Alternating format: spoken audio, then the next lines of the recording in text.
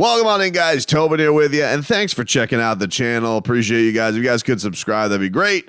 And appreciate you guys stopping by. I wanted to do something a little bit fun today. I wanted to do something a little bit fun on the eve of the Team USA's last game of group play here.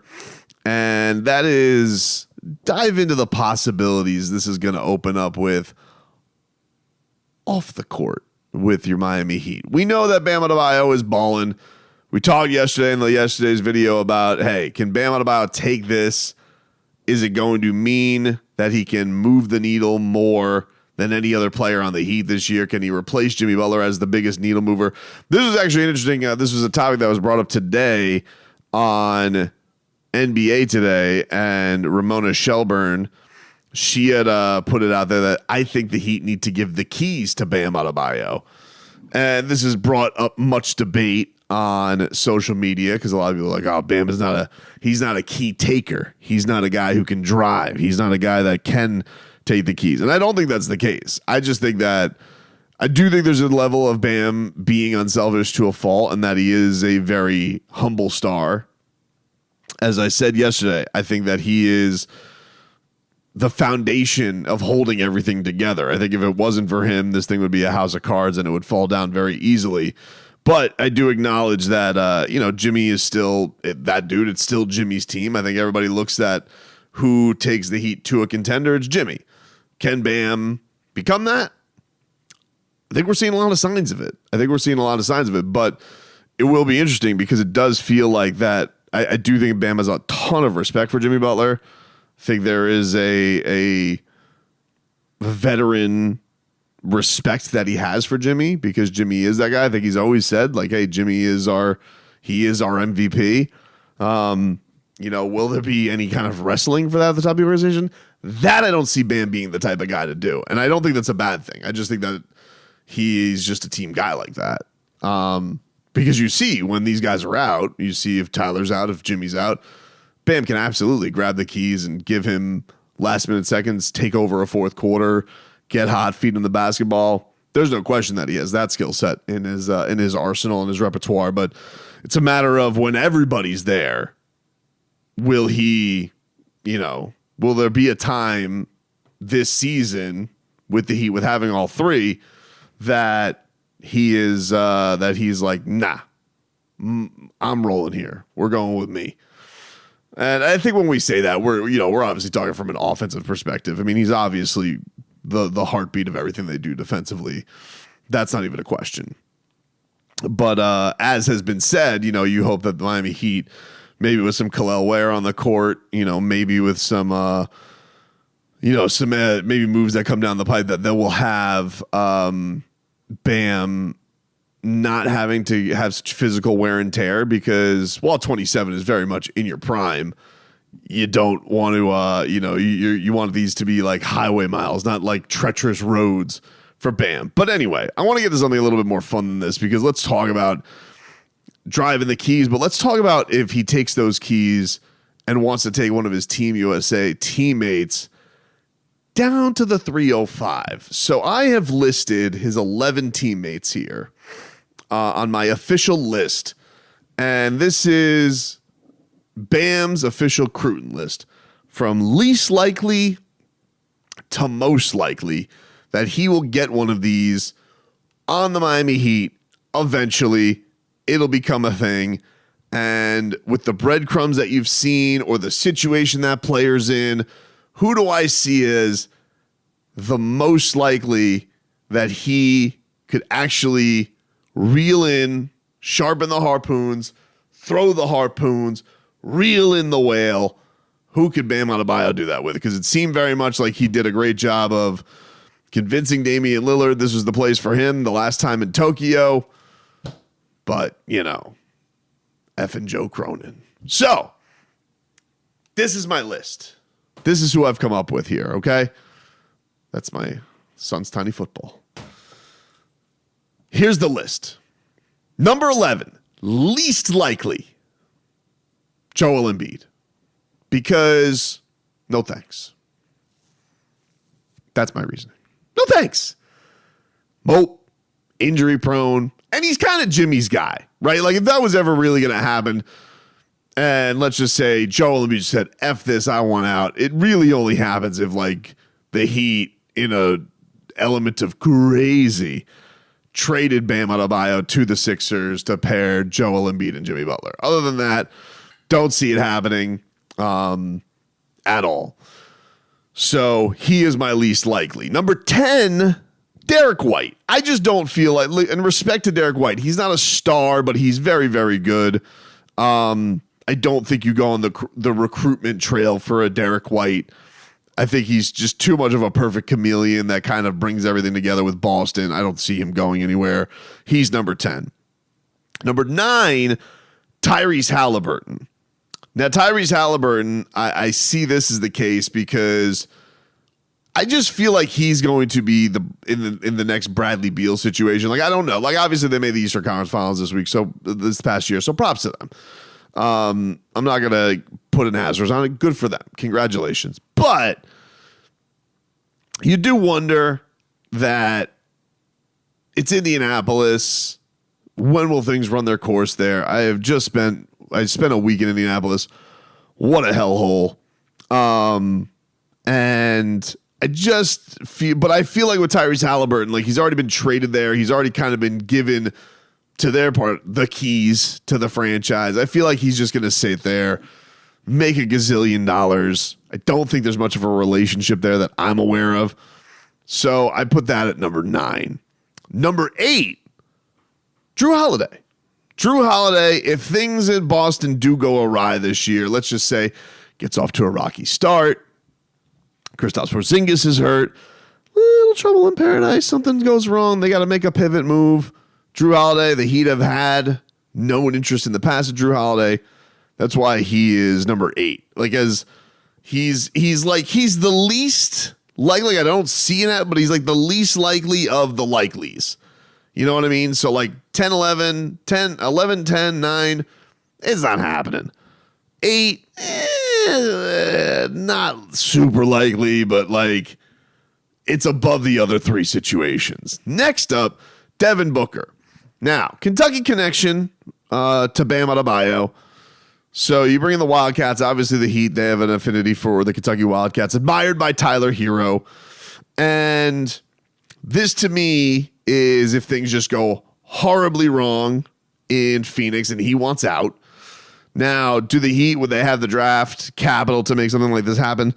Not bloody likely, which makes this tough. He would basically have to force his hand and say, like, hey, do right by me. I'm the face of the franchise. But I don't know if Phoenix is necessarily willing to play ball with a guy like this because he is so much in his prime.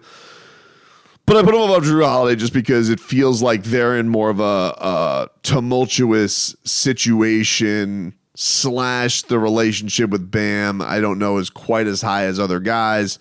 So there you go. Ergo, he's 7th on the list. Okay. Number 6 on my Bam Cruton list, Jason Tatum. Now, I understand the unlikelies of this already. Boston Celtic, you won a championship. Coming down to Miami, already won a championship. But what if this beef with Jaylen Brown becomes a thing? What if it just continues to become a thing?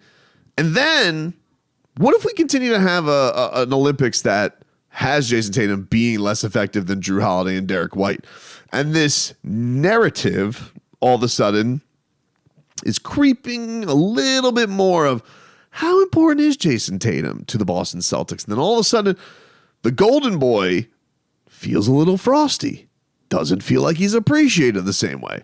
Well, we know Bam and Tatum are very close. Very close relationship, very close friendship.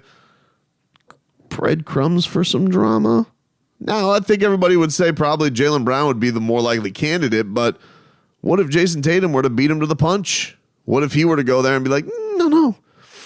I think that that's just, if I were to rank these the way we go, and we're not even at the top 5 yet, so I still would put him at the unlikely stage of this happening.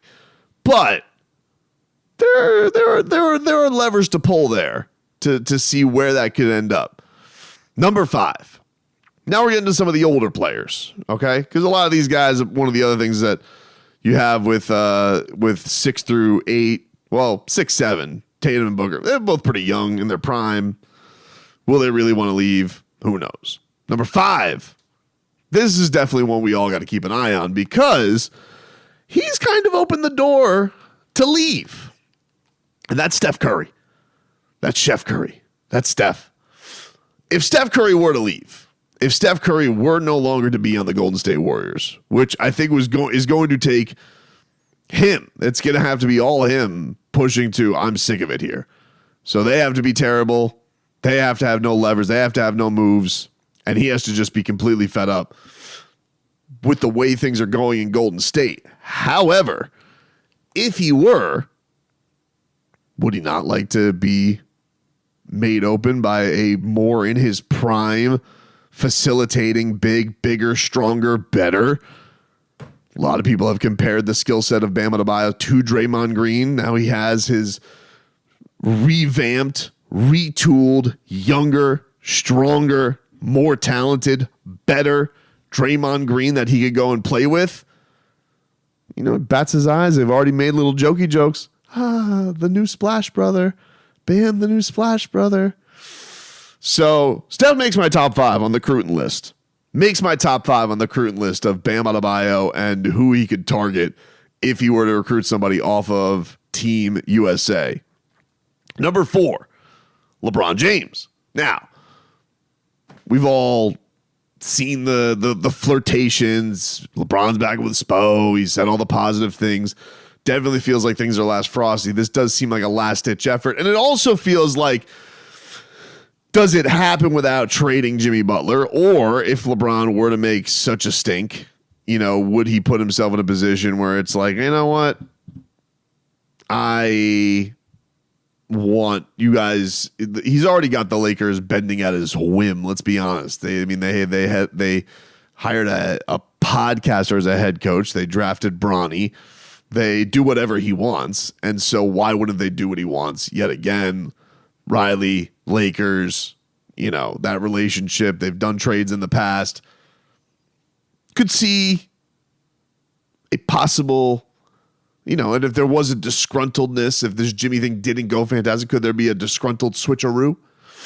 And then they go and say, hey, we're done with the LeBron game, but we're here now with the Jimmy Butler era. Of course, they want to keep their star. They got the unibrow. They don't want to just completely cut bait cold turkey. So, I don't know. But LeBron, number 4, obvious ties to the Heat. That's why he is above Steph Curry.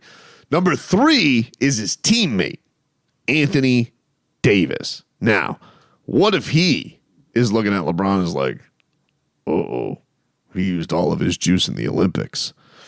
It's very amazing how LeBron has played the way that he's played, but this is about to become the LeBron and Bronny show. Does Anthony Davis really want to be part of, you know, essentially an NBA publicity stunt? Look, a cool story, a very nice story. I've not been one of these Bronny haters. I've been like, yeah, give the kid a chance. He had cardiac arrest. Maybe he could turn out to be a pretty nice player. Definitely in the game I saw the Heat play against him, I think you saw some of those defensive instincts. But does Anthony Davis want to wait around for that anymore? And then he's had to notice in these Olympic games, wow, playing with Bam Adebayo, pretty fun. These two as a duo, my God, this thing can do special things. Do they look at themselves and look almost as a Spider-Man meme at each other? Be like, we can make some things happen. So, just some food for thought. Anthony Davis, knowing how good things have gone here, he is number 3 on my most likely to get recruited by Bam Adebayo. Number 2, Anthony Edwards, the other Ant. I mean, like, look, this guy is tremendous. I think we all see the flashes of D-Wade, obviously. The connections have been unavoidable. Watching on the court, Bam Adebayo, Anthony Edwards together.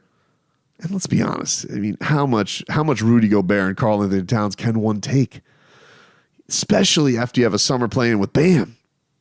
You can notice me like, eh. And if you've noticed, social media-wise, we know already he's got the great relationship with Tatum, but social media-wise, Who are the guys that are always really cheering on Bam? Who's always on the gram? Who is he showing the most? The Ants. Anthony Edwards, Anthony Davis. Just something keeping my peepers on. Finally, my number one recruit, target, most likely that Bam Adebayo will team up with off of Team USA, Kevin Durant. There's already stuff out there that Kevin Durant is going to be done with the Suns. And look, when there's Kevin Durant smoke, there's typically fire. Maybe the Suns go into this thing and they feel froggy about themselves. Yes, they got Tyus Jones on the cheap skis, but Bradley Beal has become a Mr. 4-6. If it doesn't go great and they don't really look like they can contend in the Western Conference, and Kevin Durant comes off of this gold medal, called by Coach Krzyzewski, the greatest player to ever play for Team USA, 4 gold medals if he's able to pull this off. Is he really going to end in a rudderless ship in Phoenix? And if he's going to go somewhere, he has already put Miami on his list once before. Him and Bam, seamless transition together. Seems like it fit like a glove. He knows that. Bam knows that. Feels like it's all there for them, maybe. So that for me, number one, most likely recruit off of Team USA to actually end up in a Heat jersey. And I would say if any of them are most likely to end up this year in a Heat jersey, that's the one. Because Anthony Edwards, I feel like that takes time. Anthony Davis, you'd have to probably see this year crash and burn. LeBron obviously would have it happen this year. Steph feels like it needs to be one whole stinker with Golden State. Tatum, they're going to go through this year. That's not going to happen this year. Devin Booker, maybe if the Suns thing goes bad. And, they just love the Heat young guys to make that happen. And then the bottom of the list is the bottom of the list. Drew, Halliburton, Derek White, Embiid. They're the unlikely ones for a reason. I don't think that one's going to happen. But that is my Team USA recruiting list.